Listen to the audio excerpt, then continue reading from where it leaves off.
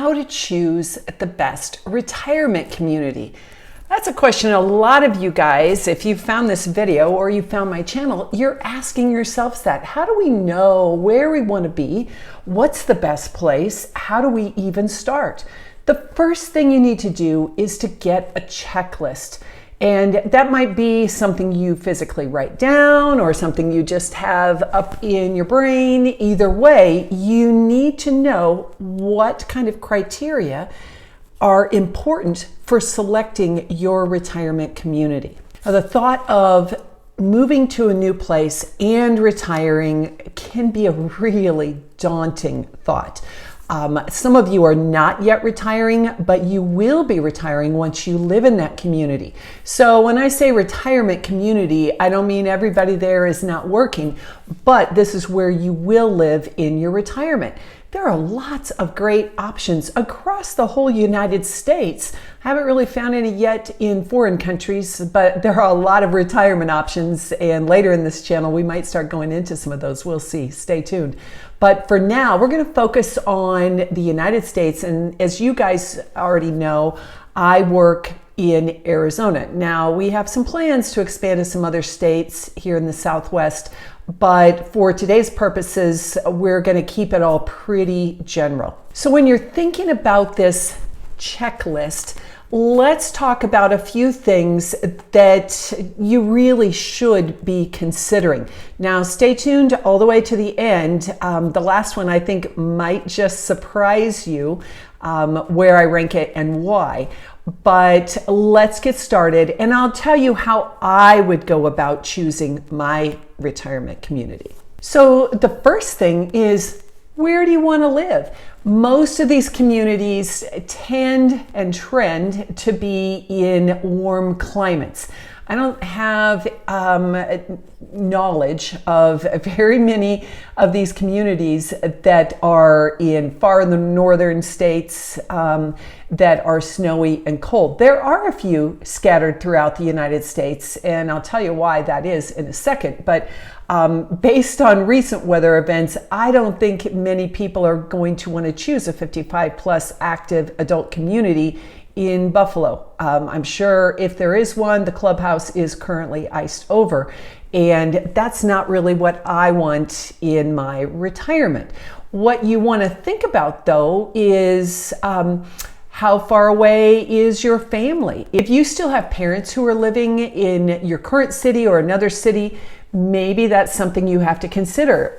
Will you be able to either A, bring them with you and put them into an assisted living facility like some of my clients do require, or will you be flying back and forth to check on them and see how they're doing? Or maybe you're lucky enough to have siblings or other family members that can be doing the heavy lifting for you now.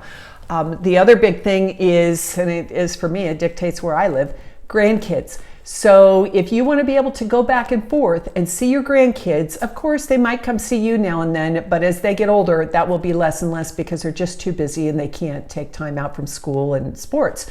So you'll want to probably, if that's your thing, base your community around access to good transportation, maybe within driving distance, maybe with a good national or international airport that's got quite a few flights to where you need to go. The next thing you want to think about is, what do you want to do with all that free time you're going to have now when you retire? Or if one of you is retired and the other one is still working, what are you going to do when that person gets off work?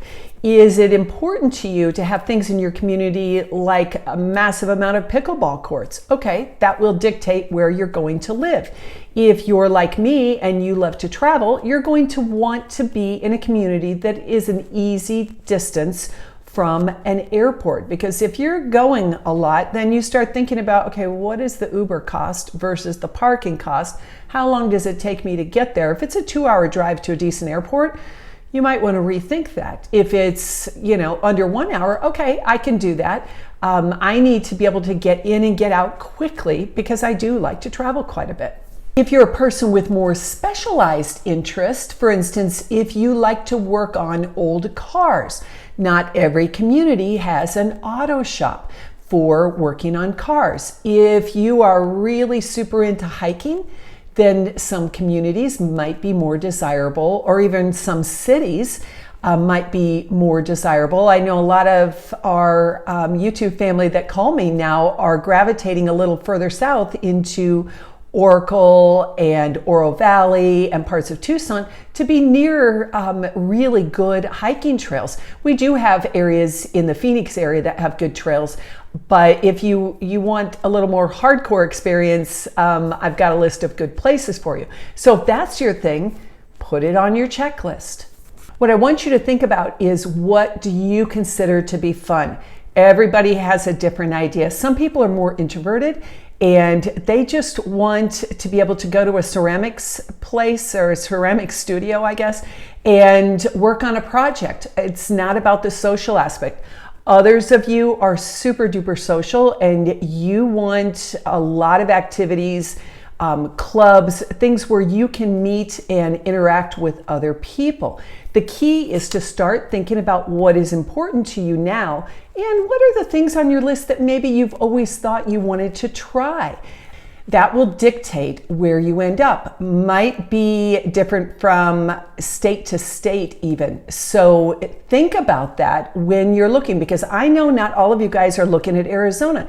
You're comparing different states, different areas. Well, do we want to go to Florida, to the Villages? Do we want to go to Las Vegas area? Do we want to go to St. George, Utah?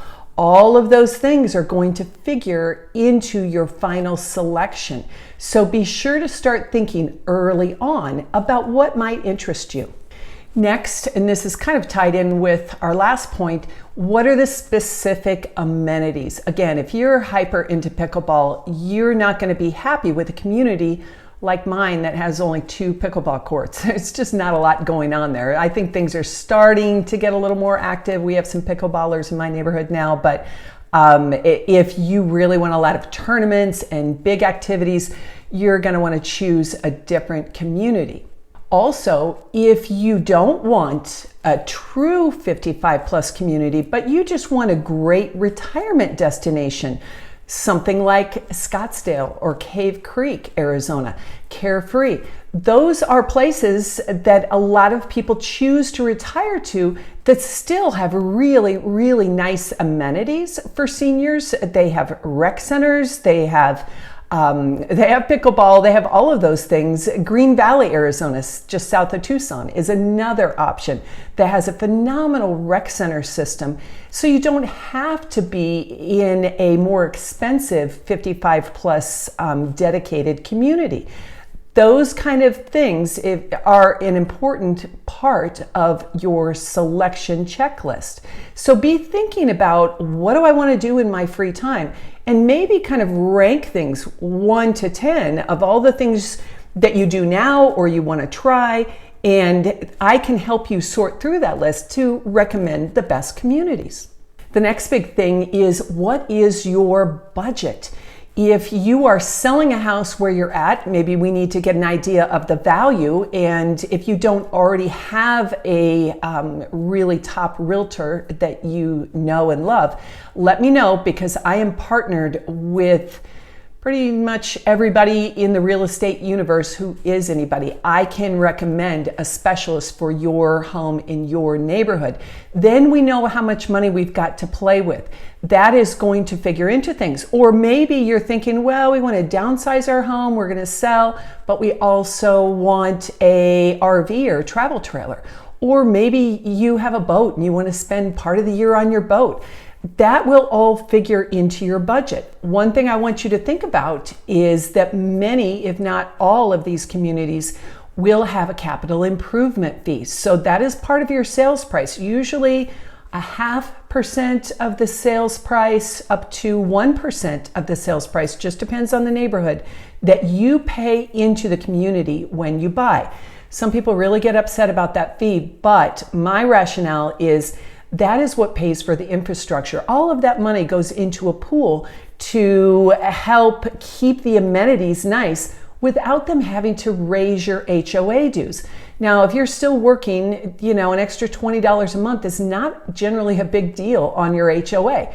But you add that up over a period of years, and then when you're older and your income is very fixed, HOA increases are an issue for a lot of people. So paying that capital improvement fee now is a big, big help. Factor that into your budget. And I know a lot of you guys are spreadsheeters. We can put all of that out on spreadsheets so that you know kind of what you're dealing with. Now, the next thing, this one's kind of fun. Will you want a golf cart? Some of you are really excited about living that life where you're driving everywhere in a golf cart. Not every community works for that. In my community, you could drive a golf cart, but really there's nowhere to go. So a car is your best option. I just don't see anybody in my North Scottsdale neighborhood in a golf cart. But just across the road at Terra Vita, lots of people have golf carts. The key is where you're going to put that golf cart. If you've already got 2 cars, you may need a 3rd car garage, or at the very least a golf cart garage, which is very common. So that may or may not figure into your checklist, but it is something to be thinking about. Now, the next thing is very important to all of us as we get older. Fortunately and unfortunately, but the fortunate part is good healthcare is available in Arizona. If you're going to other states, you'll want to ask those questions. How far to a major hospital?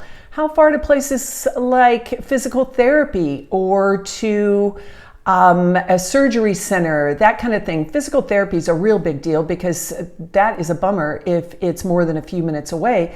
You guys know if you've had any kind of orthopedic issues, what they do is you'll have a surgery, then they'll put you into PT, and you're going there 3 times a week. If it's an hour away, that is gonna really put a damper on things. So I know we all think, oh, I'm never gonna need that. You might need that. If you have a pre-existing health issue, maybe a cardiology issue, you need oncology, we have got that here in the Phoenix area, and we've got the very best at Mayo Clinic. So depending on your insurance, you can get good health care here in Arizona, but consider that when you're looking at other areas of the country. Good health care is going to be a must. We hope we never need it, and nobody plans on needing it, but we probably should be factoring that into the equation. Now, the very last thing is, what kind of house are you going to live in? Some people might think, well, Shawn, why didn't you put that at the top of the list? Because this is not about the house at this phase of living. Most of you are, if not retired, you are cruising towards retirement. You are not hosting big family gatherings anymore. You don't want to be like me. In my old life, I was the person with the giant house with a huge basement because we wanted all the kids at our house, and we had them there, and it was fantastic for that season. Not the season that I'm in anymore. So I certainly don't need a big house.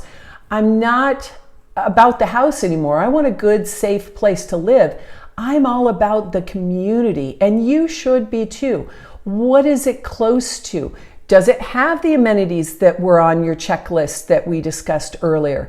Again, it's not about the house. It is about the community. But the house is maybe 40% of the equation. The other 60 is community and the surrounding city. But things you're going to want to think about is, okay, how much space do I need? A lot of people will say, oh, we just need 2 bedrooms. Well, then they get here and they think, oh yeah, we really are going to need that office. Other people say, oh, we've got to have at least 3,000 square feet. Maybe, maybe not. When you see the homes here in Arizona, you'll realize that whole backyard or front courtyard is your outdoor living room. People have TVs out there, they've got outdoor sofas. That's where you are a lot of the time, and certainly where you will entertain. I mean, my house, for instance, I don't even have space for an inside dining table because I did some different stuff in my kitchen, but I have my table out on the back patio. That is my outdoor living space. So things like that can be important, but I'm going to tell you right now that the average client that I work with is looking for 2 bedrooms plus a den. The den can also have a Murphy bed if you think you'll have a lot of visitors, but it's a great workspace. Some will have a barn door opening where, you could slide it across. Others will have no door. Some have a smaller door built in. You could do a lot of different things there, but it depends on how much quiet you need if you're still working, or how much quiet the people out in the other parts of the home need if you like to go in there and watch football and you yell at the TV. I have heard that from some of the partners and wives of my clients, that he needs his space because he's yelling at the TV screen when the game is on. The other thing to think about is, do you want a stick-built home, which is a normal framed home in a large community, or do you want a modular home? Some people really like the modular home communities. They have amenities. It's not as big and varied as some of the larger regular home communities, but they are out there. So if you're somebody that says, okay, I'm happy to pay $1,500 a month in my lot rent versus an HOA, and I'm going to pay cash for my home, we have those communities for you. It's all a matter of what kind of home you want and what your price range is. The other thing to think about is, do you want a new home? Do you want a resale home? Some people can go either way. Some people are definite new home people, just like some people are definite new car people. Just depends on your budget, your time frame, and what your needs and preferences are.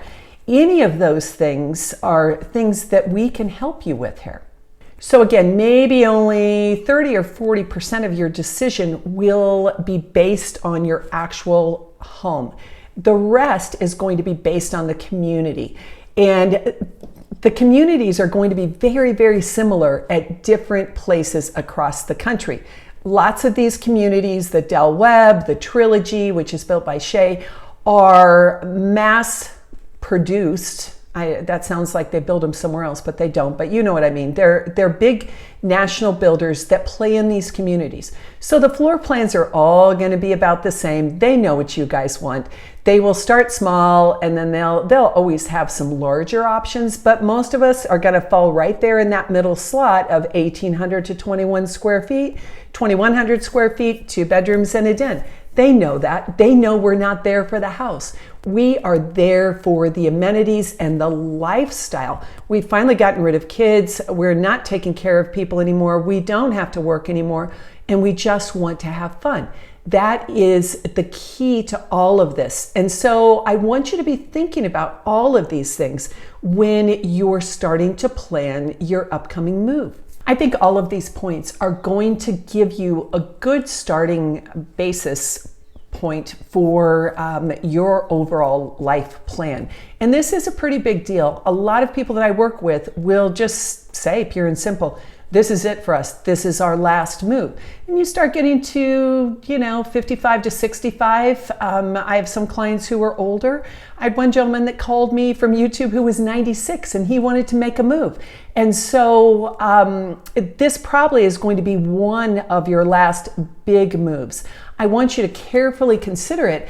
I want you to reach out to me though, so I can tell you everything that I know. And you guys who've talked to me already, you know I'm brutally honest, sometimes probably too honest.